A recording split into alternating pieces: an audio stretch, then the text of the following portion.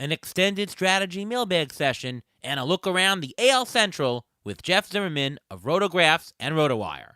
Beat the Shift, coming up next.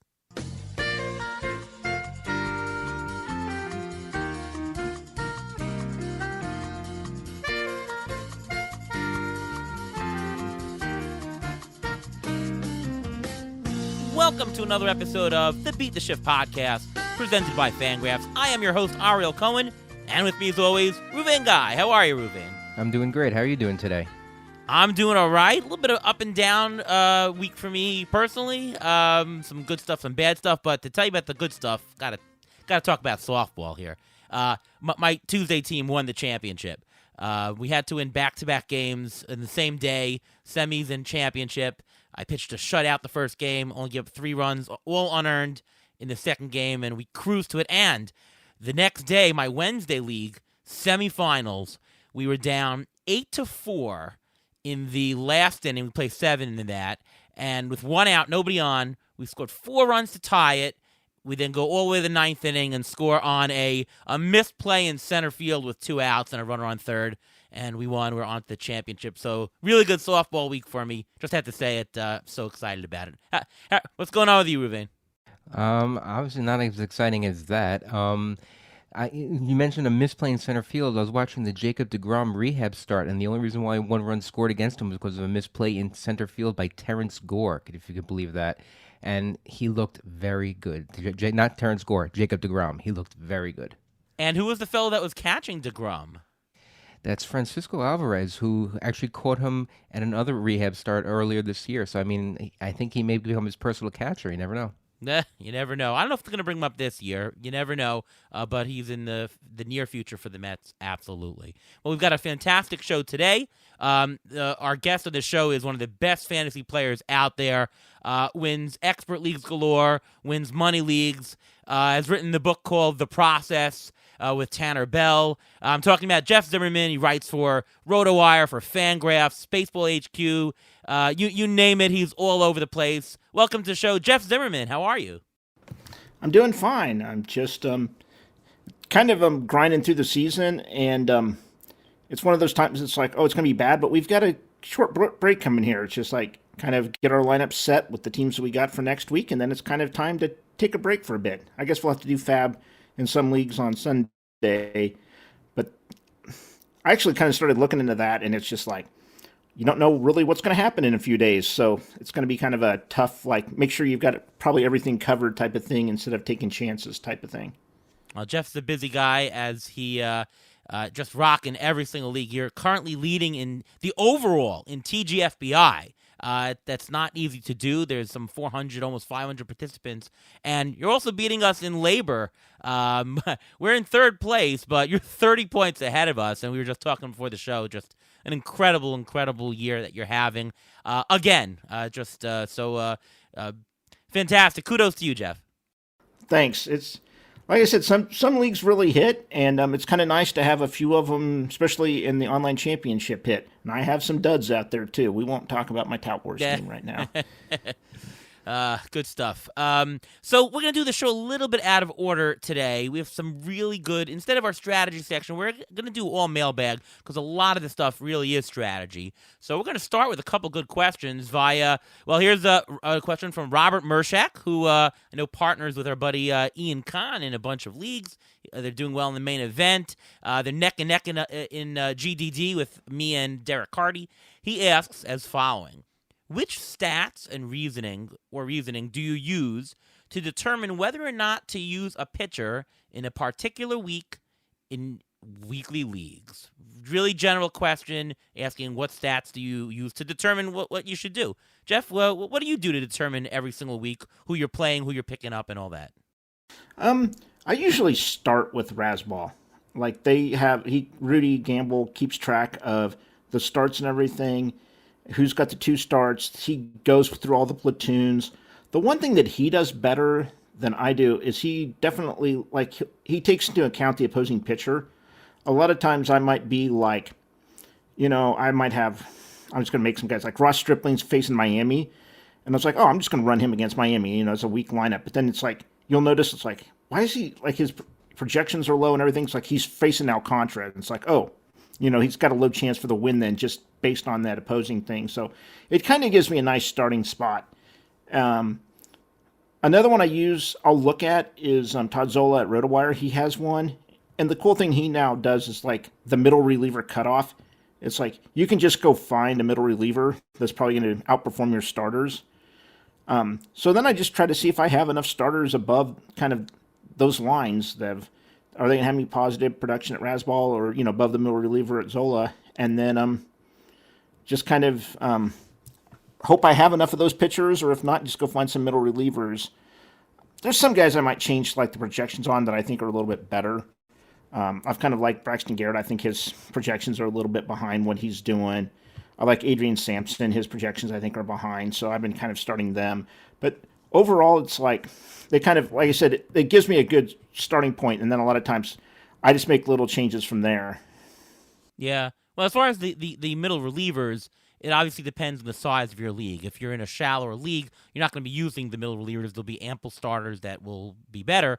If you're in a deeper league, there will be more relievers. Robert Mershak, I think, is not asking about picking up off the waiver wire. He's asking more about you have the players on your team, probably in a little bit deeper league, and do you pitch them or not, right? You could sit him, you could play a middle reliever or not. Ruvain, what do you use to determine? Well, basically, if I have one of the top 40 or 50 starting pitchers in baseball, I'm going to play them no matter what. I don't care about the matchup. You're going to get the stats. When it comes to pitchers 50 to 75, I'm going to look at matchups. I'm going to look at how they've been pitching recently and if they have a chance for wins, if they're two-star, ranked the two-star pitchers ahead of the single-star pitchers just because you get more strikeouts. And for the borderline pitchers, I'd probably just look at how they're doing. First of all, how they've done the last 3 to 5 starts. Are there walks? I look at their walk rate, see if their walk rate is up or down recently, to see if their control is good, because I don't want to ruin my ERA or whip with these borderline pitchers. I want to know about a little bit about the pedigree of the pitcher. If the pitcher is more of a veteran pitcher, I may have a little more tendency to play him over a rookie because you don't know what you're going to get with a rookie. And also, who they're playing. I mean, I mentioned matchups. The matchups is a big key. If you have a pitcher, like I had Chris Bassett. Chris Bassett, you'd start no matter what, basically, in any league. But he's playing the Braves this week. I was a little nervous about that start because being a Met fan, you get nervous just because you're a Met fan, and you think he's going to blow up and everything like that. I still pitch him because he's still part of that top tier and that I'm willing to play no matter what.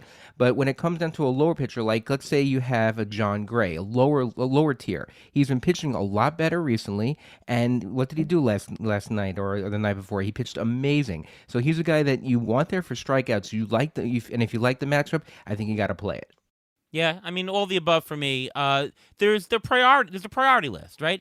Obviously, the matchup is a huge key. If they're playing the Dodgers, they've got to be above a certain line in the top X, right? If they're playing the Rockies away, right, at Coors Field, they've got to be above a certain line. It really all depends on the matchups and ranking them. Other factors and stats in terms of using strikeouts are important. I'm looking for guys who don't blow up, right? I don't want to play my 6th, 7th best starter if I think there's a chance for a blow up. So if I'm looking at pitchers who constantly give up home runs, pitchers who walk the farm, I'm looking at K-minus BB is a good stat to just quickly look at. I'm looking at their strikeout potential. John Gray, I like pitching. I'm going to get strikeouts out of it, right? I'm looking for past couple of outings to see if there's a little bit of a track record, things like that. But it's more matchups than anything else. And for pitchers that don't meet the cut, I'm throwing in a middle reliever. Anything to add to that, Jeff? Yeah, I guess the one thing I might not have explained is when I'm doing Fab, I'm setting my pitching lineup for the week. Before Fab runs, I have who I want to have as my rotation. So the deal is it's like I might have it where I'm missing 2 guys. Like I don't want to throw a couple. I have a bunch of my guys might be going to Colorado, and it's like okay, I just can't do this. So that's where it's like I know, like I said, when I'm doing Fab is when I'm setting my pitching staff. Usually I try to get 10 because usually for some reason some guy gets hurt. Like you have to well, this is going to be the one if it doesn't. But that's where it's like I'm kind of looking at that Fab thing, trying to understand like this is going to be my staff for this week, try to win this week, and then I'll know who I'm putting in that time. That's where it's like, oh, I'll put in these guys I think are good enough, and then if it's not, it's middle relievers. There's always a ton of them. I'll get them for free agency, and I'll just stick them in my lineups then. Yeah. No, that's a good point. And I guess when I said we're talking about lineups, not waiver wire, the truth is that it's all connected. And I do the same thing as you. You see on who on your team is worth playing. If there's a couple of guys on the waiver wire that are worth, you put in bids. If you don't get them, then you throw in the middle relievers. Since you mentioned RotoWire and Zola's tool, I'll say that I look at Derek Carty's The Bat. And there's ratings for every single week, and you can tell whether they're above a certain line or not. And if they are not, then don't pitch them. Throw a middle reliever or pick up somebody else who's on the waiver wire who is above that level. Here's another question from Robert Mershak. And I talk about this a lot on our show here in terms of risk. He asks, how do you quantify risk when you're behind in the standings and trying to catch up? You want to increase your risk by how much and at what cost? Can you give a couple of examples? And the general feeling here is what I say, if you're in first place, you're in second place, you're not looking for a risky player. And we can define risk or downside or wherever it is, however you like. But you're looking for expected production. I'd rather, instead of taking a $10 player who's risky, I'd rather take a $7 player who's more certain. I'll give up $3 worth of expected value for the more consistent, more expected play because I'm ahead. I just need the production. If the reverse is true, if you're down on the bottom and you need to jump, I'll give up. I don't need expected production. I need to get somebody who can possibly jump up.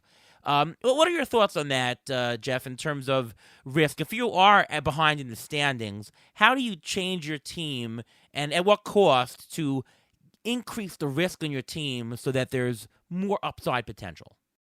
It really depends if it's hitting or pitching. The problem with hitting is, like, you can always just kind of go for pure volume, but a lot of times you'll hurt your batting average, which is just one category. So a lot of times it's just like those other four just kind of outweigh the batting average if you already don't have it. But if you've got some batting average cushion in some way, or you can't really, someone can't catch you, you can just start running out the Joey Gallos. I know I've seen in a few leagues Joey Gallos come to my waiver wire, and I know in some it's like, oh, I'm interested, I could use the power type of player. Or in other leagues it's like, no, it just has to stay away. With pitching, if you're behind in everything, you have to pick a lane. If you're behind, like I said, if it's straight categories across the board and you're in the bottom third or whatever, you kind of have to be like, am I going to go for volume and just kind of know my ratios are going to stay down here? Or do I go for the good ratios and probably try to go for saves and move up that way?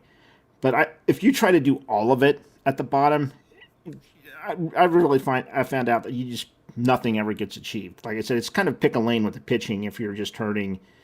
And usually it's like, well, I've got... Yeah, it all depends. Like, I know in one league I'm just going to try to go for volume, and I've got some closers, but they're bad. So it's like I know the ratios aren't going to help me, so it's just like I'm just going to hope wins, strikeouts, and saves. And another one, it's just like I'm just going to try to keep the ratios low, make sure I meet the innings minimum, and just hope to bring those up. So, but if I try to do both of them, it's just I'll probably end up in last place. Yeah, and we do pretty much the same thing. You make a determination. The whole point is to maximize your points. It's a good point. Ruvain, thoughts on this? Yeah, I think you also have to be a little bit more aggressive on the waiver wire. If you think you have one guy that can make a difference, I know a lot of guys out there on the waiver wire can't make that big of a difference at this point, but if you think a player can make a difference, then you have to overspend. If you're in a trading league, I think your offers have to be a little bit more aggressive as well. Just try to get, to make some change. If you're in the bottom third of the league, this is the time when you have to make the move, because if you're going to try to make a move, let's say mid-August, late August, you're not going to make it. So this is the time really you have to make the move. And to what Jeff mentioned, I think volume for pitching is probably the way to go, because volume will get you strikeouts. It may not destroy, it may hurt your ERA and WHIP, but if you're in the bottom third, your ERA and WHIP are probably shot by this point already anyway. So you want to get a lot of strikeouts. You're giving yourself more chance for wins, and lo and behold, every once in a while, these two-star pitchers who normally kill your ERA and WHIP will have a good start, and you may not kill your ERA and WHIP. So I think you have to, if you're in the bottom third, you got to just keep pushing and try to be as aggressive as possible, because especially in a redraft league, you have nothing to lose. So I'll give you a few examples of adding risk to your team.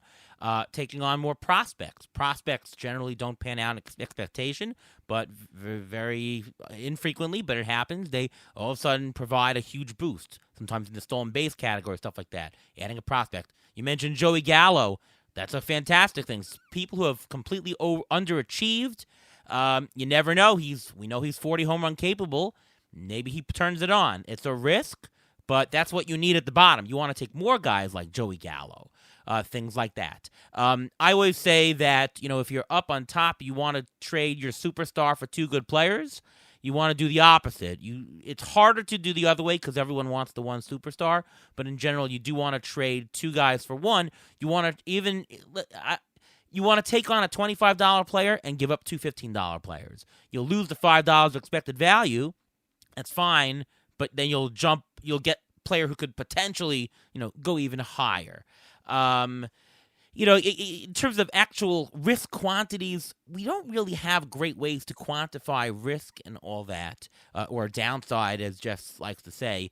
I do have the risk metrics with ATC. Right now, they're only preseason stuff, but, as the fantasy community, and you can tell me if you think this is true, Jeff, I think the next frontier of fantasy baseball is analyzing risk, because we know there's always, all the projections are the expected value. Here's the expectation. But along with that, and if you're playing the stock market, you want to know how risky a portfolio is. I think that's the next step into analyzing fantasy, is to come up with good ways to quantify the risk and knowing how to aggregate a portfolio subject to that. You think that's one of the next things that we're going to be tackling? I have no idea. The hardest thing right now is just tackling how MLB's changing the game. It's such a, the ball and relievers and everything else. It's like people just haven't been able to do that, or haven't had just a stable off season. Like we'll see if it'll happen. But it's been, I think Fred Zinke brought it up. It's like, we've had 2020, which was a complete mess, and 2021 where we didn't have all these free agent signings until right to the end and the late start to the season. And it's just like, it might be nice to have just a regular off season after, semi-regular season, just to kind of put us back in there. As for the risk, the one thing I'll say with the volume play, just to watch out, is from just historical, streaming pitchers, that last month, it seems like a lot of people might move to that, and it's a lot tougher. If you want to start streaming, you might need to start doing it now or at the latest next month, because they're at the end. It's just, your options just become worse and worse because people are just they're blown up and they're just going for it. So if you make that move to start streaming, you need to maybe make it as soon as possible here. But this year is also going to be a little bit different because of the fact that we're not having the expanded roster. So pitchers may go a little bit deeper into games as opposed to previous Septembers, and you're not going to have as many pitching changes. So the pitchers are going to get more innings than normal and than regular season because of the different size of the roster. But I agree with Jeff 100%. You have to do it now, because now's the time to be quote-unquote desperate and push it. Carl asks, in rotisserie at midseason, how many games, how many points behind first place can you be and still realistically expect to have a chance to win it? We're talking I guess you have to, obviously if you're 10 points out versus 20 points out, there's always a probability associated. But what do you think is realistic, Jeff, to come back right now? Anywhere. As long as you have some good players, if they've just been underperforming, or if you have someone, I would say Jose Barrios, he's been burying you. It's been horrible, but you have to have some talent. But I just went and looked at my main event. One team at the top lost 10 points, and someone down the bottom gained 9.5. So you could gain 20 points last week in the standings. So that's the one thing I look at is just how much the league chances are still moving, kind of if you still think you have a chance. But if there's still high movement going on in the league. Like at that, keep it in. There was a league I about gave up last year. I was like, well, it's near the end. It was a second chance league. And I literally had a +9, and the guy in first place did a -9, and we were within 3 points then. So I think like stuff like that can happen. Just look at the league, go to the last week, look at the biggest gainers and losers, and that's how much movement you should, is like the chance you have in that league. Yeah. It also depends how many teams are between you and the top. That actually matters a lot more, I think. If you're within 25 points in a 12-team league, you still have a chance right now. You should always fight to the end no matter what, by the way. Ruvain? And also, besides that, you have to see how many points you're behind and how many points the teams above you are apart from you in certain categories. Because you take some leagues, you can take a 4-point swing just on gaining on RBIs and home runs if you pass one person in the category. So I think really it's between 15 and 20 points is realistic. It is possible to do more than that because I know me and you are we were in a league, a home league, where I think we were in the 7th place out of 10, and we ended up coming in 3rd place. We finished in the money, and that was after we quote unquote gave up and we quote unquote started picking up possible keepers for the next year. So anything is possible, but the farther away you are and the more teams that you have to leapfrog to get there makes it much more harder. Yeah. We'll do one more question. Murata asks, should Julio owners, I'm assuming Julio Rodriguez, should they sell high in head-to-head redraft leagues? I guess you can also ask that in roto leagues as well. If one was to sell, should you be targeting top 20 hitters? Julio Rodriguez looks really good. In roto, I don't know how you're gonna sell high. He's taking a lot of your he's providing a lot of your stolen base content. It's kind of hard to sell high. I mean, what you'd have to have some kind of massive lead in stolen bases, otherwise. He's really he's putting up so much production in that. Plus, he's giving you the power. He's giving you everything.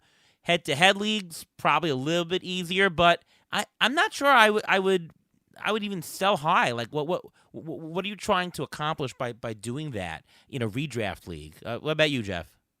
I've had a similar trade on the board, and it's just straight up off a need. That's the biggest thing here is that person needs pitching, and I need hitting, and that's where the trade is. It's all going to be based off need. And the deal is with Julio, if you put him up there, like I said, on ours, we're looking at 2 first-rounders getting traded.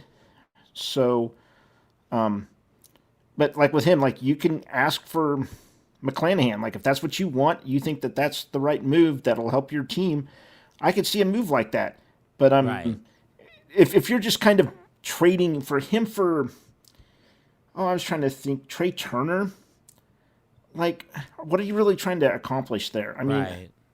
like, but I think if you're going after it, I could even see going after, like, if you need saves or something, just going after Hader and then maybe pick up another bat also. Like, that's probably not enough, but if that's what you really need is saves and someone's got a huge lead, go get what you need. Julio can get you what you need, and you can get a major change or a player that can make that huge change in the standings. Yeah, I guess it's really just need in terms of you're not going to be selling for somebody similar. You're just going to be selling for a different category that you might need. He's been a top 10 player in Roto to date. Jeff, would you consider him to be a top 20 player going forward for the rest of the season? I think so. I don't think it doesn't seem like he's going to change. He's also one like I haven't dived in. I don't have him. And I just don't think you're going to sit him. So I haven't dived in to see what's going on to see if he's adjusted or if the league adjusted back. It's just something I'll do in the offseason. If I'll look to see if they've like thrown him more fastballs and he was fine there, or if they went to heavy breaking balls and he was fine there, or if they just didn't quit throwing in the zone, how he adjusted. He seems to be still hitting fine. So just on the surface, I think he's going to be. God, I don't know. I think it's going to be at the end of the second round, that turn in like a 15-teamer. He could probably get pushed up to probably like someone like where Kyle Tucker was going this last year. I think that at least that far. Yeah. I mean, he gives you enough in each category that I can't see his value going much lower. You can have it a slump. Maybe he's overperforming a little bit, but he just provides a lot of production, especially steals. Young guys do steal. Yeah, and the question is, why would you trade him to begin with? He gives you he's giving you points in almost every single category. You'd have to think that the only reason why you're trading him is because you think he's going to regress. There's nothing really showing that he's going to regress. I mean, unless you think that the league will catch up to him, or he'll have a quote unquote home run derby slump after the home run derby. But he's not really. I mean, he has how many stolen bases does he have already? He has 27. He has 21 stolen bases already, and 15 home runs, 21 stolen bases, batting 270. Which hitter are you going to trade him for? If you're not trading for a hitter, then you're trading for a pitcher, and then you have to be careful who you're trading him to in a redraft league. Because if you're trading to a team that's very good in pitching but trying to catch you in the hitting, it may be counterproductive if you're going to trade him. Yeah, he's on pace for about 30-40, and he had not a fantastic first couple of weeks. So, I mean, this is just it is a very unique profile. It's really hard to get away from that. This episode is also our AL Central episode. We've been going around the majors by division. So Jeff here is a Royals fan and help us tackle the AL Central. And we'll start with his team, the Royals. First question to you, Jeff. Andrew Benintendi. What are your thoughts on him for what he's done so far and for the rest of the season? I mean, he's just got a couple of homers, like two, and a couple of stolen bases. His homer to fly ball rate 3%, barrel rate 4%, ground ball rate almost 50, where his career is 40%. Looks like he's not really doing well, although his batting average is phenomenal, probably partly due to his strikeout rate of 14%, which is fantastic. What are your thoughts on him? Yeah, his ISO's under 100. He's a one category player right now. I mean, actually, he would be 3 depending on where he's hitting. The Royals have been leading him off, so his runs are hitting second. So his runs and RBIs are completely out of whack, but he got a combined 74 right now. He'd probably be doing better in a better lineup, but if he goes to a better one, he might get buried at the bottom. So I think he's going to be a tough guy to sit, but he's also a guy I could see where a team starts getting here toward the end and they're like, he's giving me no power, no speed. I'm behind. I've got to go make that up. I'm just going to bank the average he's already given me, and he's going to end up on the wire. I could see where he'd end up just getting dropped. And it's not because he's playing bad. It's just the needs of the team construction is just not right with him. I think people were expecting a little bit more steals out of him and power, just looking at what he did last year. Yeah, I agree exactly. I think that's the story, and you're going to see a lot of teams not play him. I mean, Ruben and I have a bunch of shares of him, and we're already starting to sit him a couple of weeks because he's getting a 0 in 2 categories, actually 3 categories if you think about it. What are your thoughts, Ruben? Well, his K rate is down for his career. His launch angle rate is down, which is why it's not showing the quote unquote power of the home runs, the fly balls. And his one batting average is great. And then what's the story if he gets traded? I mean, if he gets traded, well, first of all, the Yankees are already questioning whether they even want him, and that he'd be good in that lineup. He'd be great in that lineup. He'd score a lot of runs.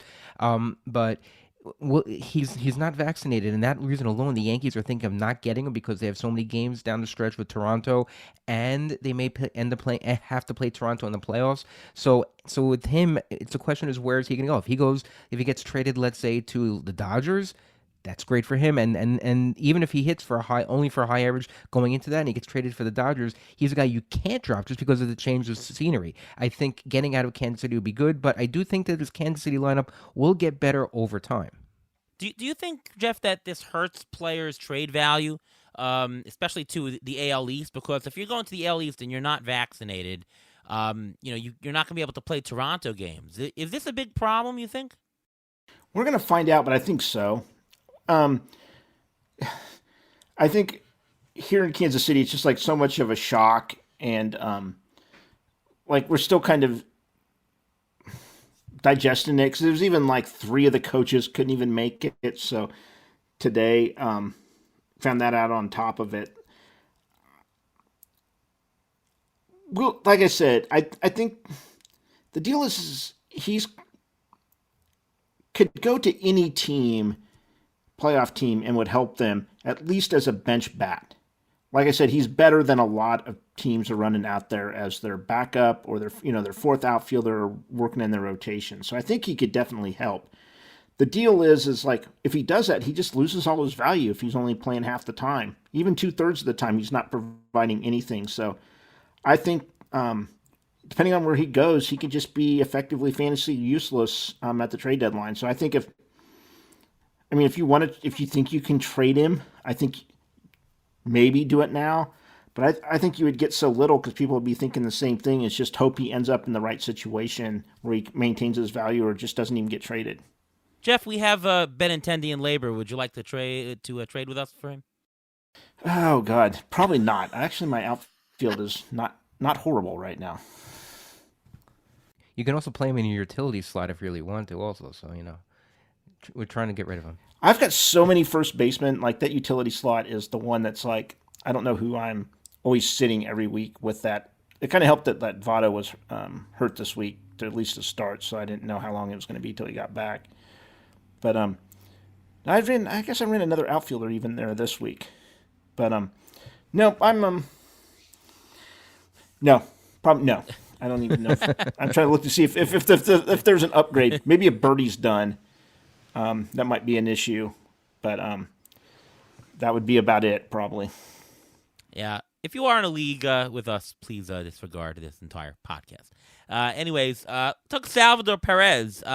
Ruben, why don't you start with the injury update and timetable for him coming back? Because he's obviously, we're talking a second, third round player for a catcher, which is crazy. Sure. Well, he had the injury with his hand and everything. He has surgically repaired left thumb. He was actually spotted doing some on-field work this past Sunday before the game, but and he was catching with a glove on his hand, which is a good sign. But he had the surgery done June 24th, and he's still expected to miss about 2 months. So if you're going to get anything out of him, you may get a month, maybe a month and a half if he's a quote-unquote quick healer. So, if you have him on your team and it's a two-catcher league, I think you have to keep him on your bench because he's a lot better for 1 month than he would be for any of the replacements that are on the waiver wire. But otherwise, if you need the roster spot, you could probably drop him because I don't know if anyone else is going to pick him up just yet. Soon they may, because when it gets closer to, let's say, a month from now, 100% people will be picking up because they'll start hearing about the rehab assignment and everything like that. But right now, when it's quiet and you don't hear anything about a rehab assignment and you think you can get a steal and grab him off the waiver wire and if you have room on your bench, then go ahead, do it. Yeah, Jeff, if let's not talk about IL leagues or I'm sorry, if we're talking about IL leagues, you can just disregard this. But if we're talking about non-IL or maybe limited IL, and there's a crunch there, what kind of format, what kind of roster size would you be cutting Salvador Perez? Obviously, if you're behind and you need points and you're in 8th place, you should hold on to him because, you have nothing to do. But is there a scenario somewhere that you're just going to say, well, I got to cut Salvador Perez? Somebody obviously did. We talked last week on the show. We picked up Salvador Perez. Somebody dropped him in an NFBC league. And we picked him up. We've got crappy catchers and we have not a lot of injuries in the team. So I'd rather ride him on the bench for a month and play him afterwards. No smoke for us. What kind of scenario would you make? Would you have to drop him if you didn't have IL? There's probably several. I don't have a problem dropping anyone. I'm probably over an extreme end of that and just letting anyone go because, like I said, sometimes it's just been tough. The one issue right now is there is a lot of players I like that are coming back here in the next week, or they're all aiming to come back after the All-Star game. So there's a chance where I could add someone that could help my team full time, and I don't know if I have the roster spot. The one thing I might do is add them, and if I have him, float him out there with the chance of maybe I'll get him back and see what's going to happen, with this other player. I want to add Mitch Haniger before he comes off the IL here. And I just can't have all these guys on the IL on my team. Is I just put out Perez and see what it is. And you see if you can make him back. I think in a 12-team league, I think it's a little bit easier to drop him. I think you can get okay production and or kind of stream catchers. You can always get the Rockies catchers every other week and maybe hit on Eric House and just House. I don't know how to pronounce his name. Yeah, I don't know either. It's Haas. Yeah. Maybe it's Haas. And just hope you have some. If you have one good, decent catcher and then you just kind of stream that other one, I wouldn't have a problem. And at 15, it might be a little bit harder, but it kind of depends on, who's available out there and what helps your team. And that assumes Perez comes back and he's productive. Like, that's kind of an assumption that has to be, or what's left of the Royals team at that point. Can he, is he actually going to have the runs and RBIs and everything? So I kind of have my doubts with his, since he was hurt, came back way too early, and he's doing this again. I'm kind of wondering if there's just no chance of getting what you got the previous season, and he's just going to be a guy for this year. I think he really needs to get healthy, and he had struggled whenever he was injured before with that Tommy John where he needed almost 2 years. Like, he had kind of had the issue, and then it just finally got so bad he just had to have the surgery. So I'm kind of I just don't think he's going to come back 100%. So that's why I'm kind of just staying away. I saw him on one of my waiver wires and didn't even add him this last week. Yeah, no, that's a good point. Point well taken there. You mentioned people leaving the Royals. So who do you think is going to be going of fantasy significance? Throw out Zach Greinke. Is that a trade chip for them? We talked about Benintendi. Who else do you think of fantasy significance will be headed elsewhere?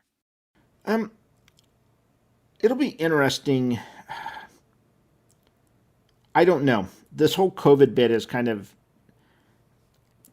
had some people move down. I think they really like Whit Merrifield, and then he kind of threw the whole team underneath the bus.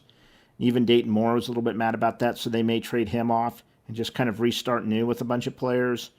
We'll have to see. Like I said, I think there's going to be some fallout that's not even known. I think the one place you might be a little bit worried about is the bullpen, but I think Dayton Moore always likes a good bullpen, so I don't know if Barlow's going to move.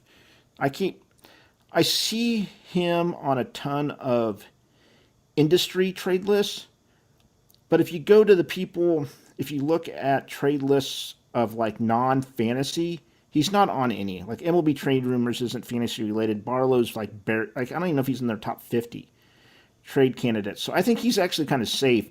If someone is a little bit worried, he might be someone that you want to add, but the team just doesn't have a good bullpen, and they've always want a good bullpen, so I don't think Barlow's going anywhere. I don't know if Greinke is either. I don't know which team kind of needs a fifth starter that just goes out and throws 6 innings and gives up 3 to 4, like a guaranteed 3 to 4 runs every start. Like, that's kind of where Greinke is right now. Maybe like I said, Tyler Anderson's kind of already that for the Dodgers. Maybe some team will want that. Like, they've got enough of a lead, and they're just like, oh, we'll throw this guy out there, and we can probably win half his games. But I don't know what team that is right now. What about a Michael Taylor, who still has another year in his contract, and he's a defensive center fielder. Teams are always looking for the defensive center fielder. What do you think about him getting traded? Well, he's also got the COVID issue, but not having the shot. There's a chance. I think he's also one that's it's going to lose all his value. I think he's going to end up being bench bat for whoever it is. He's not going to hit enough. You do not want him probably in your lineup in the playoffs unless someone gets hurt. So, if he gets moved, I think he's, like I said, his fantasy value is done for. Unless some team, like I said, short of an injury, someone just okay, we have to add him now just to kind of stay competitive. Besides that, I think he's going to move and his value is going to drop. Right. All right, let's move on to the Minnesota Twins. Start with Luis Arias. And, before the season started, we were very on him. It's not a very tough projection to see that this guy is a batting champion potential guy. If you were to trade Luis Arias in fantasy, who is somebody you'd want to target, or maybe who's somebody that's comparable to them, Jeff? It's really I think we'd already talked about this before, but you just have to go look to see, like, if you have him, hopefully you're ahead in average, and what do you need? And look for that other team that needs average that doesn't hurt, that isn't going to come back to hurt you. But probably in the league, you're only going to look at one or two teams. Is like someone that really needs a rise. They're able to give you a player that you need, and those players are similar in value. It's like there might be 20 players that have similar value, but there might only be one on the team that you're going to trade with, maybe two. So, like I said, probably with him, you're going to want someone completely different, like a power-only bat, maybe with some speed. I was thinking like maybe Andrew McCutchen, but McCutchen might be too valuable. But I think that's all you're going to be doing is just kind of trading batting average and playing time, which the playing time may disappear with Snow coming back for someone with power. So it's really tough to like pinpoint someone because every league is that same way. But I think it's going to be some kind of power bat with a bad batting average and no steals. Yeah, you're probably in a trading for some different category. But I'll throw it to Ruben this way: who would you rather have? And put these guys in order: Luis Arias, rest of season; Jeff McNeil, or how about Jose Iglesias? I think it would go Jeff McNeil just because he's in a much better lineup, and being a Met fan aside, I think he has a lot of value, and he hasn't even tapped really his power aspect at this point. And I think that Arias is slated above Jose Iglesias. Yes, Iglesias right now is in Colorado. That's great, but Arias can occasionally steal a base. He can occasionally hit a home run. While in Jose Iglesias, he's really just a fill-in when you really desperately need it. And I don't see any major value. He should be on the waiver wire, and he usually is in a lot of leagues. He is in the waiver wire, especially I think in our NFBC league, he's on the waiver wire. I just don't have interest in that guy, especially if you have Arias. There's no reason for you to pick up a player like Jose Iglesias because it's basically redundant. The player's redundant. That's something you have to look for.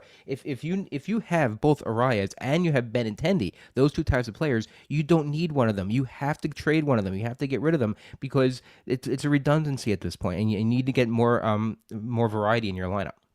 Do you agree with that order? I might prefer Arias above McNeil. What do you think, Jeff? Is that the right order? It's easily McNeil for me. Okay. I like the outfield. Arias doesn't have outfield. That's always like if I can get a full timer there from another position, I think that's good. The deal with Iglesias is I still think Colorado's doing the away and home bit like for a while. So just always check to see if they're on the road, and if you need a middle infielder, Iglesias can always be shoved in there as a, sixth or seventh option. Like if you have to have someone and he's at home, he's a fine option, but you have to like the next week drop him. But don't be afraid to put him in, just ride him for the week and move on. Right. Miguel Sano. Let's start with the injury and update and timetable, Ruvain. What is his status? So Miguel Sano is on the IL. He is following a knee injury and surgery. He's currently playing rehab games with the Twins AAA affiliate. It's not clear how much time he'll need there, and it's also not clear what his role is going to be when he comes back, because where is he going to play? You have Gio Urshela already at third. You have Alex Kirilloff, who's playing first. You have Arias, who's in there also, who's hitting well. And what does Sano give you? Sano is like the guy you'd want to trade. If you have Arias, he's the guy you'd want to trade for your team, because Sano doesn't give you batting average, but he gives you power. It's like it's like they're playing fantasy baseball, quote unquote, where you can play either Arias the batting average or you can play the power guy with Sano. But I think Sano will be back. Just like Jeff said, a lot of people are going to be coming back right after the All-Star break. It may not be the first weekend after, but he may be back right after, just because there are less rehab games available during the All-Star week. But I think he'll be back the following week, and I don't know how they're going to manage it. I mean, I guess it's a good problem for Minnesota to have. I mean, they're in first place already, so I guess this is a good problem. But it's like the guy, the manager, the fantasy league manager, because who do you play, the batting average or the power? Yeah, Jeff, who do you think is going to lose time with Sano? I'm going to say that Gary Sanchez would lose some at-bats. I think that he was DHing sometimes when he wasn't catching. I think that would probably go away when Sano gets back. Anybody else who's going to lose time? I think it was whoever's playing first base. There was an article I either know it's Athletic or MLB. It's pretty much where I get all my sources from. They basically said they're going to throw him out there full time and see if he can play. And if not, then he's not. It doesn't sound like they're going to halfway it with him. So it's going to suck. I think that there's going to be like some Kirilloff owners that might be mad, Arise owners that might be mad. But they're like, if he's healthy and he can, they were talking about him, being 40, 50 home run power. Like, that's what we need in our lineup. And we're going to see if that's what we've got. So, it may fail after 2 weeks and he's, on the bench. But I think that they're going to give him a full shot, just kind of through his history. I think it's not that he deserves it, but it's just had a lot of struggles here recently. So I think that's probably like, his little like lollipop at the end of, getting all those shots and everything. It's like, well, you've had all this horrible stuff. Here's a lollipop. It's like, well, let's just see if he's good. But I'll see if I can find that article when you guys are talking about it, and we can let the other people know. But it sounds like he's going to be playing full time and see if he can hit. Yeah, and Jose Miranda is going to lose some time. He's somewhat splitting time right now with Arias at first. They're both, they're both in the mix for first right now. So in addition to Kirilloff, Miranda could also lose some time. I want to jump to the Cleveland Guardians. I'm still not used to saying Guardians, by the way. But before we do that, it's time for the Injury Guru's Trivia of the Week. Well, this week I'm going to be doing a little bit slightly different trivia type question. We're talking about the Cleveland Guardians, so it's sort of giving away the answer, who we're going to be talking about. But can you name, this is according to Fangraphs, I looked this up today, can you name the top 5 hitters in all of baseball with the highest percentage of batted balls, this is a StatCast, highest percentage of batted balls with an exit velocity of over 95 in all of baseball? Can you name the top 4? Jeff, any idea? Stanton. Stanton is not there. This is top 4. Okay, sorry. Top 5 of max batted ball. The percentage of batted balls with an exit velocity of over 95. I'm gonna go with the other Yankee. I'll go with Aaron Judge. Aaron Judge is number 2 at 59.9%. That means 59 or almost 60% of his batted balls have an exit velocity of 95 or over. Who else do you think? Jordan? I thought Alonso was up there. I don't know if he's that high, though. He is not up there. Jordan Alvarez? Jordan Alvarez is number 1 at 61%. Well, since you're saying with the Indians, it must be Josh Naylor. I know he hits the ball hard. No, he's not up there. Okay. Can I just throw out Mike Trout? He's having a good year. Mike Trout is number 4 of players at 54.1. Number 3, number 3 is Riley from the Braves. Okay, he's at 55.9, and the reason why I bring this up is because one of the players who didn't make the top 4 or 5, only because he didn't have enough at bats, is Franmil Reyes.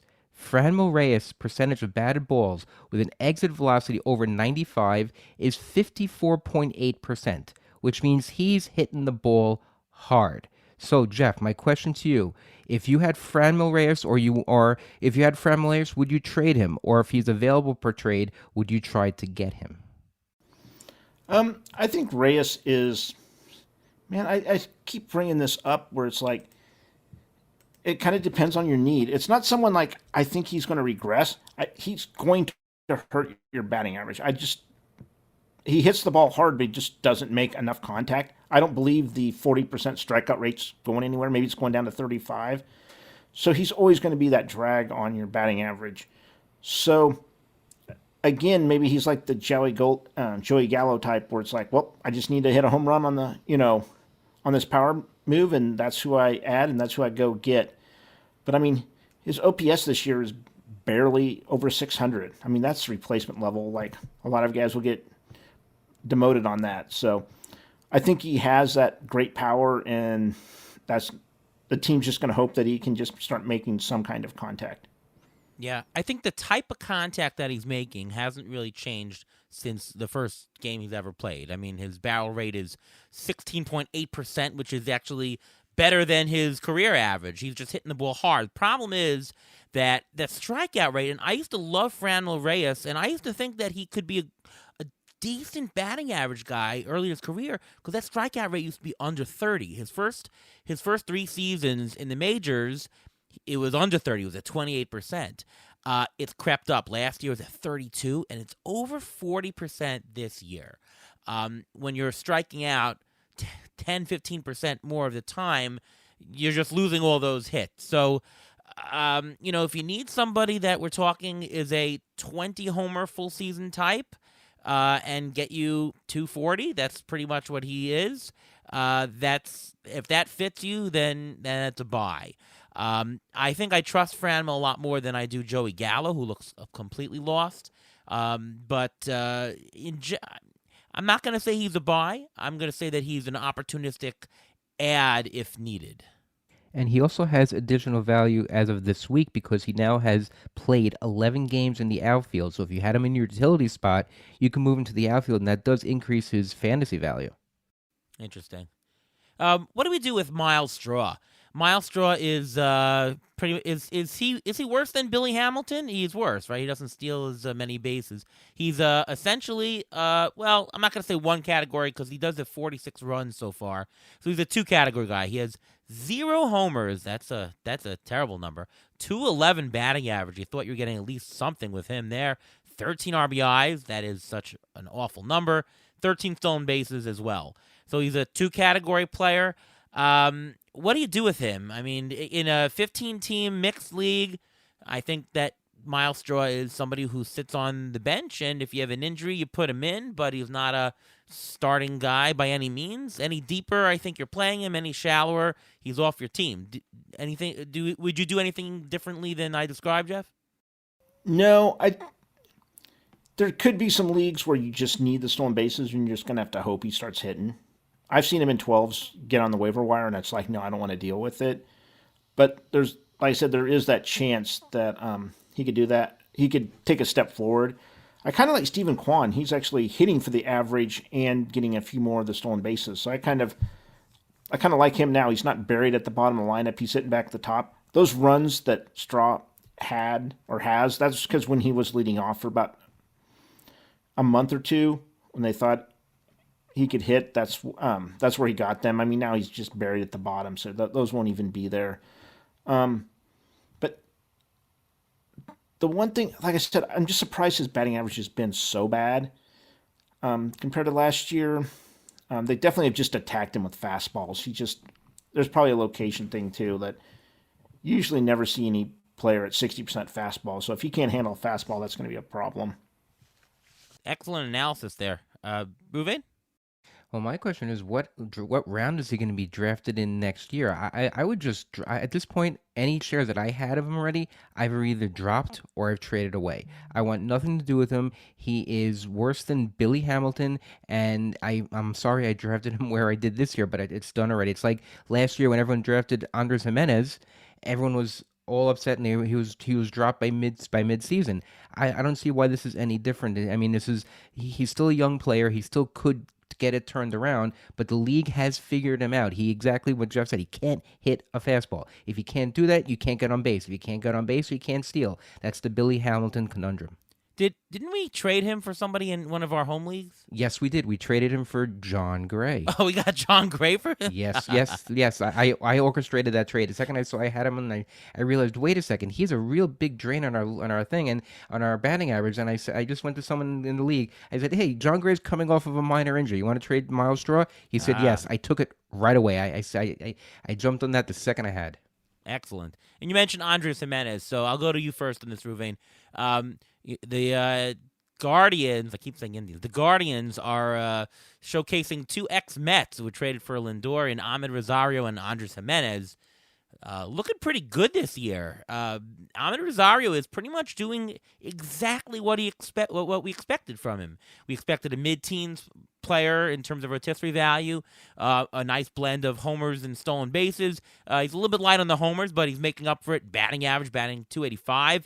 Andres Jimenez, he's a beast. 290, 9 homers, 7 stolen bases so far. It's not that far off from like a 2020 pace. Really valuable.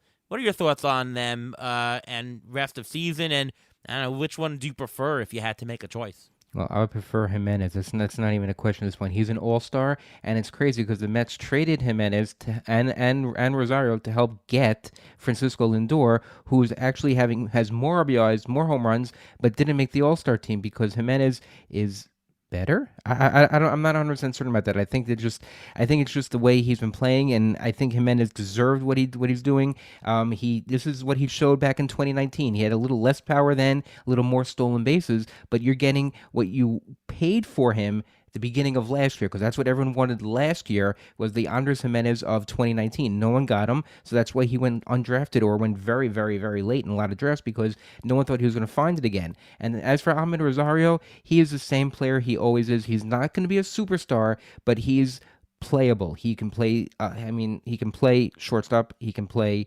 outfield. If you really have to. I think for Rosario, you're getting what you see, you're seeing what you get. Both are the same. I think he's going to be solid. You don't have to worry about him. I'm just worried about Jimenez second half of the year because he did it for half a year with the Mets basically in 2019. He did it for maybe 3/4 of the season. Then he just completely fell off and he was sent to the minors. Maybe he figured something out in the minors. That's possible. And this year is just his the breakout season. But what do you do with him next year, Jeff? Do you think Jimenez is going to be back and drafted where he was a couple of years ago? I don't think so. And here's the reason why. He's a great player. He reminds me 100% of Gene Segura, like almost the same profile. Nothing sticks out. So when you're in the draft, you have to have like this balanced team. And teams are always like, oh, I need speed here. So they're going to go for the guy with the more steals. And so forth. Like I said, I had Gene Segura valued 3 rounds before he went this last year. It's just because like one batting average always gets deflated. Like people just won't pay up for it because it's so variable. But it's like he doesn't do any one thing great.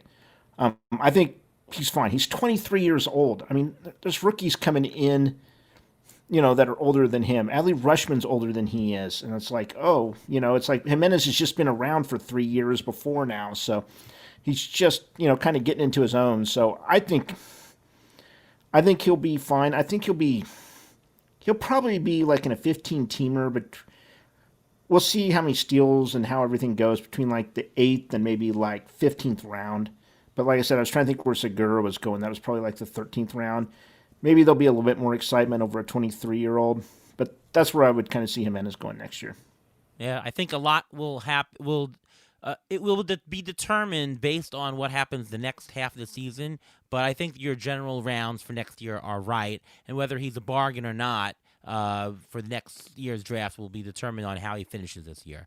But those are, anytime you put up something in every single category, you're stable. There's less downside. I love these types of players that just show 15-15, decent average. Fine, you get something. The probability of them going to 0 is low. Let's move on to the White Sox, and want to get your take. Not exactly a fantasy question, but Tony La Russa. What are your thoughts on Tony La Russa, Jeff? Do you think that he's holding the White Sox back? What is his deal with analytics? Does he just not know how to use them correctly, or does he purposely not use them? Like, what is going on with La Russa? Because I watched that clip of a couple weeks back where it's Trey Turner 0-2. Oh yeah. Oh, he's better at 0-2. Better walk him now. What? 0-2 is he's not better than 0-0. It just baffles the mind that he can say this stuff and with a straight face. What's your take on the guy? I think he feels like he has to do something. Like he just can't let the team go out there and play. So I think that's where he runs into a problem. It's like he just has to insert himself into the game instead of just being like, you guys are really good players, go out there and play. I think Dusty Baker does a great job of that. Like he just doesn't do anything. He's like, yeah, I've got a good team. I don't know if he has to babysit them. If they get in fights or whatever, maybe that's his job. But it's like, I think with the White Sox, you just put your best players out there, whatever he has right now. There's some issues with the whole team. It's got like 18 DHs on it. But besides that, it's just like put out your best players and do that. But I think he just has to, like, feels he has to get involved, makes his impact in the game, and that's just, it hurts the White Sox, but it's just really entertaining. He's great to have in the league. It's good to have someone to make fun of, and it's just it's great to have him around. It's like the other day where it was like, yeah, one strike, and then he ended up walking. I was like, please, I mean, what are you doing? But he is entertaining. Yeah, I just don't understand that, and it's one thing if you want to say, fine, I'm gonna walk the guy, but don't tell me analytically the guy is more prone to getting a hit with more strikes on him than not. It just, I mean, it's just, what's the word here? It's embarrassing. It's He doesn't. Well, he doesn't I don't think understands the analytics, because I think he's trying to put a 1980s, 1990s spin on baseball now, when baseball's already moved to the analytic portion. And I think just he's trying to, I guess, cement himself in the Hall of Fame. He's in the Hall of Fame already. Well, he has nothing left to prove. If he would just sit back there and just let the team play, that White Sox team, on paper, before the season started, is very talented. If you put a manager in there that fiddles with it and does against what they were doing last year, and what people thought they would do, that's the only way they wouldn't survive. And I think that's what he's doing. I think he's not that he's trying to lose on purpose. I think he just doesn't understand where baseball is analytically, and I don't think he understands how to use those numbers properly. On to a fantasy question. Jeff, what is currently wrong with Lance Lynn, and will he correct himself? Is this just bad luck, or is there something wrong? Yeah, this is so when runners are in base, it's something ridiculous. He has a 529 BABIP. That will regress at some point. It might not be this year, but that's where like that high ERA is coming from. The other thing, though, he has lost some velocity, so he's not going to have the strikeouts he previously had. Like, that you have to live with. But I think that there'll be some correction on, like, maybe he's going to be an 8.5 strikeout per nine guy instead of around 10. That's a hurt. That's what happens. You don't know when the pitcher is going to lose their velocity, but that BABIP with runners on, that'll normalize. It's at some point, it's, like I said, it just it'll come down. So, it's like I said, that high ERA is not going to be there, but he is a worse pitcher because of the velocity. Yeah, 53% strand left on base percentage. That's pretty unlucky, I guess. Maybe something in the windup with how he's from the stretch. I don't know. But yeah, I think he's really roughly the same player. Strikeout rate is down. The ground ball rate looks in line with his career, and actually the walks are down. It's interesting. So he's not putting on more runners on freely. They're just sneaking hits. And one thing I noticed, he's using a cutter this year. He never had a cutter before. He's using a cutter 20% of the time. That's a pitch he's never used before. His slider rate for this year is 6%. Last year it was 30%. So I don't know exactly what and it's, again, this may have to do with the White Sox analytics. They told him maybe to stop using your slider and to start using a cutter. I mean, I think that's the only thing that's different, because I mean the velocity is down almost 2 miles an hour almost across the board. But to introduce a new pitch to a pitcher who's been pitching in the majors for 12 years, I think this is the White Sox and their analytics that are probably just tinkering a little too much. Does Tony La Russa have anything to say about this also? I have no idea, but it's just interesting when I opened up his page and I saw he's never thrown a cutter, and now he's throwing it 20% of the time. Maybe that has something to do with it. Yeah, chances are he won't get back to what he was last year, and it's certainly with the strikeout rate, he's not going to. How about Eloy Jimenez? Been injured. Is this guy just injury prone? Is he just going to run into a wall? This guy is young, so he can turn it around, and you really can't draw any conclusions from what he's done so far this year, which hasn't been much. But do you think Eloy Jimenez has a big second half in him, Jeff? No, I think he got hurt again the other day. Oh, did he? Yeah, he did. He did. Yeah. That team has just so many DHs. I think they have to just, like, go find some other ones, even if they get nothing for them. Like, Sheets has to go. Jimenez. he needs to do something like Jordan Alvarez, where it's like half the time, like get him off the field. Maybe, like I said, they kind of worked him. I think that's one thing where it's just like find someone with a high ground ball rate where he doesn't have to make a ton of pop ups, catches in the outfield. But you can't have 4 or 5 DHs on a team and expect some of them not to get hurt that aren't supposed to be or have play some kind of defense. So I stayed away from him. I was kind of didn't know how the situation was going to work out. I didn't know what his health was.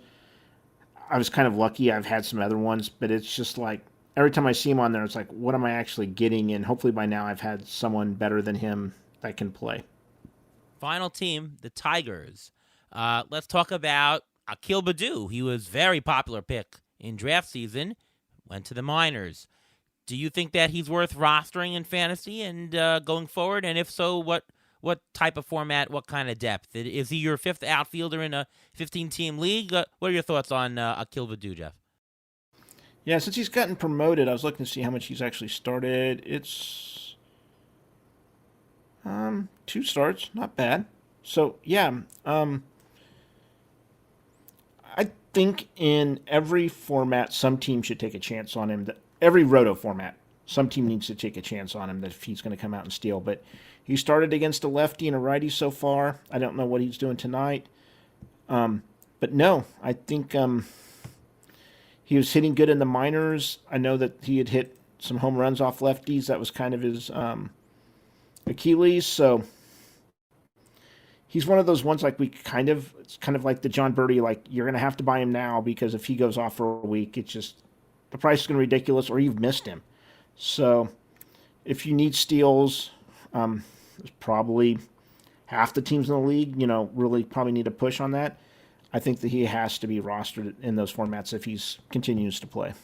And he started batted ninth today against the righty. Ruvain, your thoughts? Yeah, he went 0 for 3, and I think his only value would be in stolen bases. So he's a guy that if you need stolen bases, you can pick up and play only if you need stolen bases and when you need it.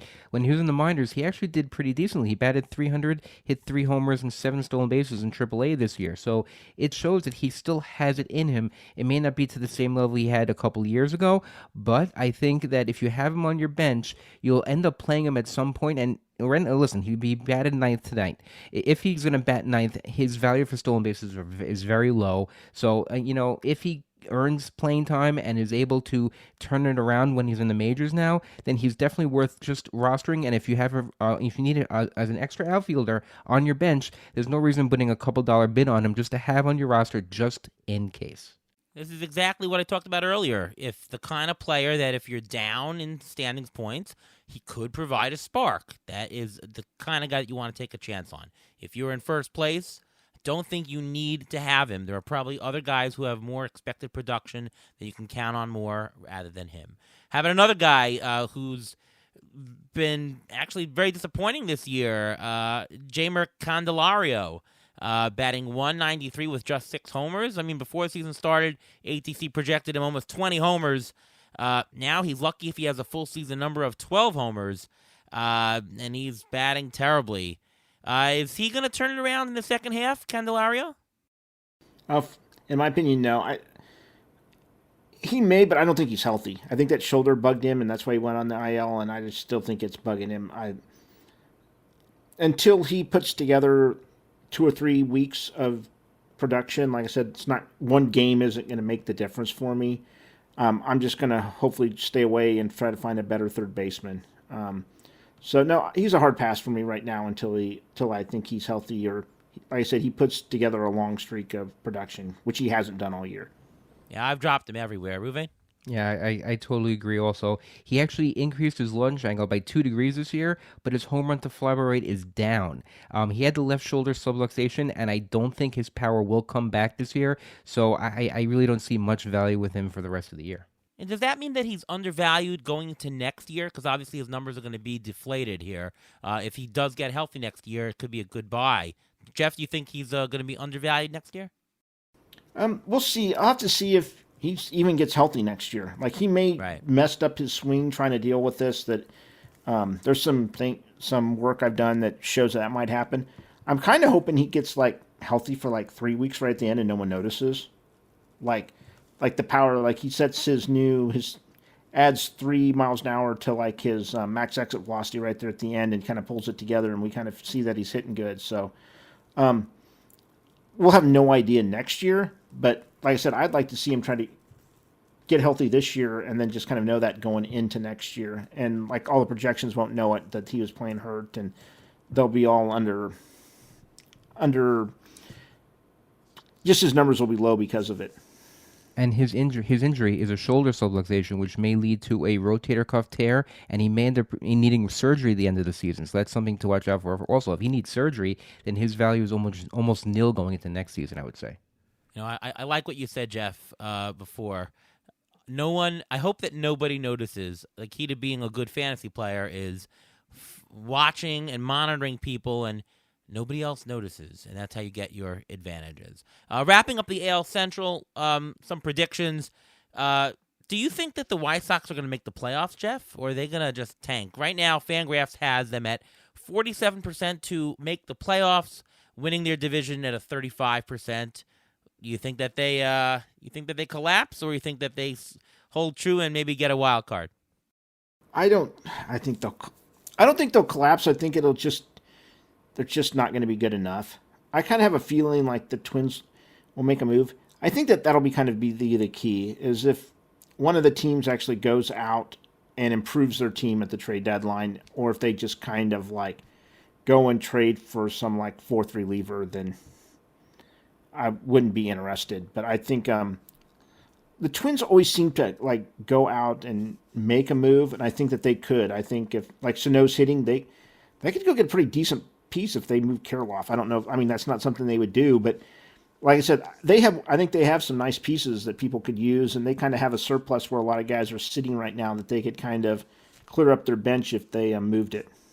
I think they showed in the offseason that they really invested. I mean, they signed Correa. I think that they're invested. So I out of all the teams, I think that they're gonna potentially make the biggest splash in this division in the trade deadline by the trade deadline, I should say. What are your thoughts, Ruben, about the division?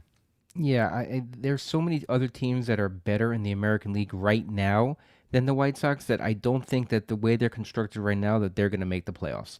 I just don't. I think the Mariners are hot right now, and I think they're going to finish with a better record than them. I think there are a couple teams in the AL East. The AL East is very deep. Every team, as of this taping, every team in the AL East is over 500. Every team, and that's better than the White Sox. That means the White Sox have all those teams to jump to get to the wild card. And we talked about trying to jump in your own division in your fantasy league. It's just as hard to jump in your fantasy league, if not harder, in the major leagues. They have to have a groundbreaking trade. They need to make a huge splash, I think, in the trade deadline in order to make the playoffs. Yeah, Orioles are the hottest team in baseball. It's crazy. I still think they're going to be sellers at the end, and I think they're going to trade Mancini, and I'm going to predict he's going to go to the Mets. This will be one of those bold predictions. Mancini to the Mets.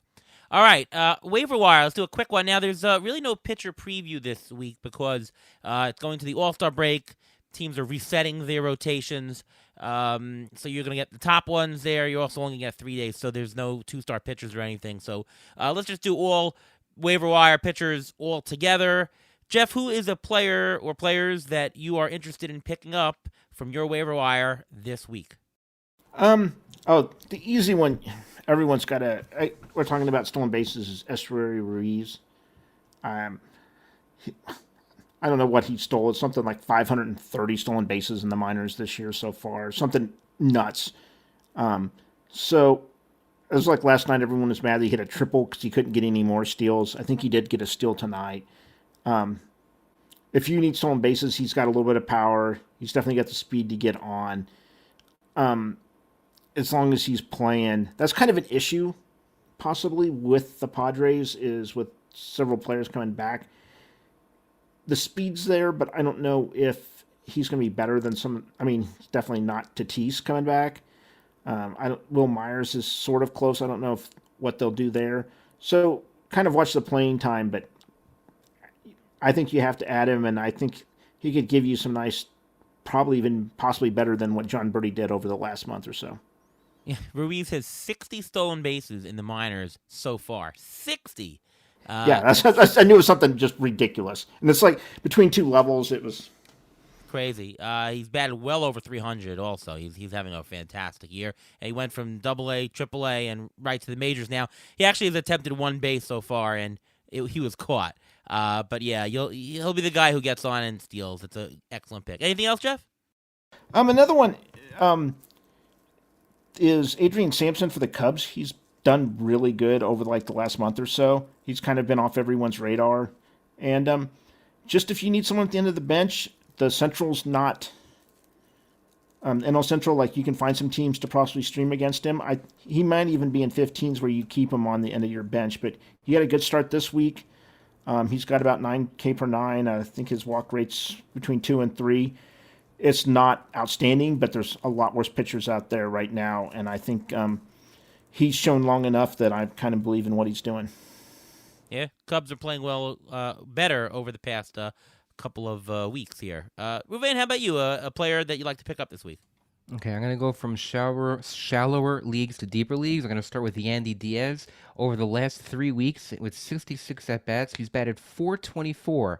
No power, but 9 RBIs and 11 doubles. So he does have that doubles power, which means maybe that other power will come. He's only 36% owned in CBS, so if it's a little shallower league, you can get him. Another guy, Carson Kelly, he's 19% owned in CBS. It seems like he's healthy, quote-unquote healthy. In the last week, he's batted .412 with a home run, so if you need a catcher and he's available, two-catcher league, and he's available, I think you should grab him. Jeff, you mentioned Gavin Sheets. If Eloy Jimenez is injured, Gavin Sheets may get more playing time. He's batting .294 with 2 home runs. He's only 9% owned in CBS, but he's first base and outfield eligible. And I have to mention this pitcher because I spoke to Ian Kahn today, and he said he approves this pick, and he actually has him on one of his teams. And Ariel, I mentioned him to you last week, and that's Spencer Watkins. Who? Spencer Watkins of the Orioles, of the aforementioned Orioles, who are really hot. His last 4 starts, 22 and 2/3 innings, 3 earned runs, 17 strikeouts, 5 walks. And if you look at his numbers, they're not that great overall. I mean, they're okay, but he had 1 start where he gave up 7 earned runs to the Cardinals. If you took that start out, he has a total of 12 starts. That was the only start he gave up more than 3 earned runs during the course of this season. So he's only 5% owned in CBS. I think if you're looking for the waiver wire, you want a safe guy, he's perfectly good to have. However, Ian Kahn did tell me, and I did see this, and I saw it. He said that all of his starts have been against subpar teams. So in the coming week, right after the All-Star break, they're playing the Yankees, they're playing the Rays. If he's pitching against the Yankees, he's not necessarily a pickup, but if he's going to play against the Rays, that's not such a bad pickup to make. Oriole Park is now a pitcher-friendly park also. So a lot of people still have the notion of Oriole Park being a hitter's park. It's not the case anymore. I'll just throw out 2 guys, less shallower leagues, less deep. Nolan Jones, now 45% owned. His ownership percentage is shooting up. 7 for 20 so far, a homer, 8 RBI. What the heck? Give him a shot. And I'm going to go back to a guy that I used to love, Aaron Hicks, 30% owned. He's starting to hit now. Looking healthy. Yankees score runs. Now he's not batting 9th. He's batting 6th most days, sometimes 7th. But I kind of like him. I think that he can get hot and really help the Yankees. Anybody in the Yankees is going to score a lot of runs. So take a look at Aaron Hicks. You can do a lot worse. Anything else, guys? No. All right. Sounds good. Well, up to our injury update. Ruvain, give us this week's injuries going into the All-Star break. Alrighty. Well, first of all, I had a couple questions from some listeners. Kiowa, RT, Michael Smith, and some others asked about Walker Buehler, what we should do with him. Walker Buehler had a bone spur removed from his right elbow. It won't affect his recovery time from a flexor strain. He is still shut down from throwing from 6 to 8 weeks after the diagnosis of the flexor strain. People are wondering whether we should hold on to him, whether we should drop him or anything like that. You may get a month out of him. You may get only like 3-4 weeks out of him. Is it worth holding on to? I don't know, because I don't know if he's going to be stretched out to be a starter. So I wouldn't necessarily, in deeper leagues, I probably would, if I have room, I'd hold on to him. But then if I need the space, I wouldn't have an issue dropping him. William Blantz asked about Miguel Sano, who we spoke about, and about Austin Meadows. Austin Meadows is on the IL due to bilateral Achilles tendon strains. Yeah, it's bilateral, it means both legs. He was expected to be pulled off his rehab assignment, but he got more soreness this past week because he was on a rehab assignment. He was initially on the IL for COVID, but then he shifted to because of the Achilles issue. I'm not sure. It's possible that COVID had something to do with the strain. I'm not saying that it's 100% true, because I've seen patients and they've had worse muscle aches and muscle pains after they've had COVID. So it is possible it's from that, but it's a little odd that it's bilateral and it's happening to both of his Achilles. It's a little bit odd. Jeff Thompson asked about Mitch Garver. He had surgery. He had surgery for his flexor tendon in his right arm. He actually asked, could he have waited until the offseason for surgery? Yes, he could have waited to the offseason to do surgery, but it's a matter of pain tolerance, I believe. Same with Bryce Harper. Bryce Harper has the same issue. He's able to tolerate the pain and he keeps playing through it, and that's fine. But if he's a catcher and he's had this issue with his elbow and his forearm, if he just can't tolerate it, then he's just not going to be able to play through it, and that's why he had the surgery. Vamos Rojas asked about Wander Franco, who had surgery for his fractured hamate. He wanted to know what the story is with him. He had surgery to repair a fractured hamate in his wrist. He's expected to require 5 to 8 weeks of recovery time. That's great. However, people, I'll say patients, but players who had this type of surgery usually lose a lot of power after this, just because they don't build up the full strength in the wrist right away. Now, Wander Franco is built differently than other people, so he may not lose that much power, but I still think he will lose power. Jeff, you mentioned about Mitch Haniger. Russell Koch asked about Mitch Haniger. Haniger's on the IL, recovering from an ankle sprain. GM Jerry DePoto said this week that he hopes Haniger will be back in the lineup by the end of July, so probably right after the All-Star break. He has not progressed 100% to full speed, but he is hoping to get a rehab assignment very soon, and hopefully right after the All-Star break. We mentioned about Yordan Alvarez. Yordan Alvarez, he's on the IL right now with a right hand inflammation. He had this also issue in mid-June. He returned to the lineup a little bit, probably too soon, although it didn't seem to affect him. He can come back right after the All-Star break, so they probably did that on purpose just so he get an extra couple of days rest, just so he can do that, so he can return without the problem. Freddie Peralta, a pitcher who's been off of people's radars for a while. He's on the IL with a shoulder lat injury. He threw a bullpen session this past week. He felt good after the workout. He'll probably need at least one more bullpen session before he gets to live batting practice and rehab assignment, but he's trending to a mid-August return, so if you're holding on to him, I guess you'll hold on to him for a little bit longer. Today, Shane Baz and Luis Severino were both placed on the IL. Baz with a right elbow strain. He experienced discomfort while playing catch this past week. He will receive a PRP injection, and he's supposed to rest for 1 month. That means no pitching, a 4-week shutdown, and then be reevaluated. He's a pitcher. You haven't got much out of him so far this year because of the IL earlier this year. He's a guy that you may be able to drop because this is something that may not go away. So if you want a roster spot, he may be droppable. As for Luis Severino, he has a low-grade lat strain that he got. He's had a shoulder tightness. He had an MRI, and that's what showed up. It's only a low-grade strain, but he did miss most of 2019 with a similar strain. So it's very possible that this can linger. A guy who should be on your radar is Domingo Germán. He is rehabbing and could be activated after the All-Star break to take Severino's spot in the Yankees rotation. All right, a lot of injuries there. Well, this is the end of our show. Hope you enjoyed the show as well, and wanted to thank Jeff Zimmerman for coming on the show. Jeff is, again, one of the best fantasy baseball players out there, really. I mean, if you're in a league with him, you're probably better off, instead of playing your own team, figuring out ways how to sabotage his laptop so that he can't manage his, and that's probably your best way of winning if you're playing against Jeff Zimmerman. Jeff, can you tell us what's going on with you, where we can read your stuff, listen to you, all things Jeff Zimmerman? Yeah, as of right now, I'm just writing at Fangraphs and RotoWire, and we're trying to get the Launch Angle podcast back up and going. I'm kind of out of commission because of conflicting schedules and just various other reasons. So, yeah, that's just it right now. I will hang out on Twitter sometimes at Jeff W. Zimmerman, and mainly just putting out my Fab article every Sunday at RotoWire. I mean, at Rotographs is probably my big endeavor every week. Yeah, it's an excellent article. It should be on your must-read list before you finalize your waiver wire picks. And you've been carrying on the Mining the News series as well. Mining the News, of course, an award-winning series by Jeff Zimmerman. That's also going on, right? Sometimes it's during the season, it's the news just moves so fast that it's really tough to like what you write one day isn't available the next. So whenever I do it, it's kind of like I go in and has to all kind of get done. During the off season, everything's just so slow. I think it's actually kind of a good time to do it where you can, like whatever you do doesn't just change by the next day. That's fantastic stuff. Ruvain, what about you? Tell us about your stuff. You can follow me on Twitter at MLB Injury Guru, where I tweet out injury updates, next player up. I also have a weekly article on Rotoballer discussing all the injuries I mentioned in this podcast, as well as many others. And I'm Ariel Cohen. You can read my work over at Rotographs and at Rotoballer. Follow me on Twitter at ATCNY, the shortest Twitter handle in all of fantasy baseball. And, of course, you can listen to me right here on the Beat the Shift podcast, presented by Fangraphs.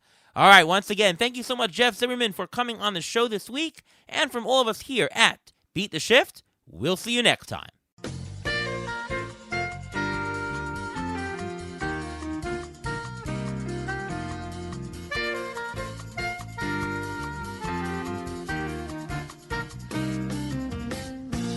Thanks for listening to the Beat the Shift podcast presented by Fangraphs.